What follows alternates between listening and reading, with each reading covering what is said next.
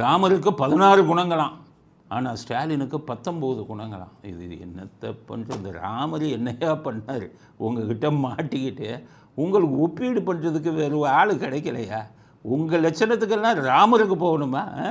19 குணமா ஸ்டாலினுக்கு? இப்போ இவருக்கு 16 குணமா இருக்கு ராமருக்கு?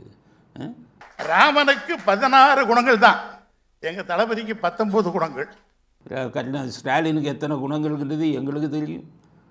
எத்தனையோ வழக்குகளை பார்த்த விஷயம் எனக்கு தெரியும். இப்படிலாம் பேசுனீங்கன்னா எங்களுக்கெல்லாம் இப்போ வயிற்றுச்சல் இருக்காதா? ராமருக்கு 16 குணங்கள்னா ஸ்டாலினுக்கு 19 குணங்களாம்.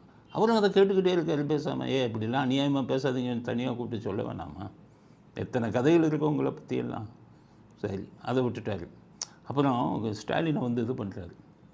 அவர் வந்து விபூதி பூசாத சைவராம். யார்?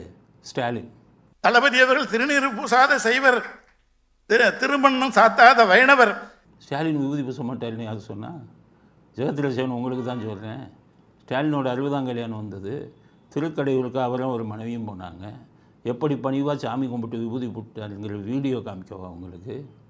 எப்படி ஐயருங்க உங்கள் கிராம மந்தனர்கள் வந்து இந்த பூஜையெல்லாம் தொட்டு கும்பிட்டு விபூதி பூசினாருன்னு உங்களுக்கு தெரியாது? எங்கிட்ட வீடியோ இருக்க காமிக்கிறோம். அப்புறம் எப்படி விபூதி பூசாத சைவருங்கிறீங்க?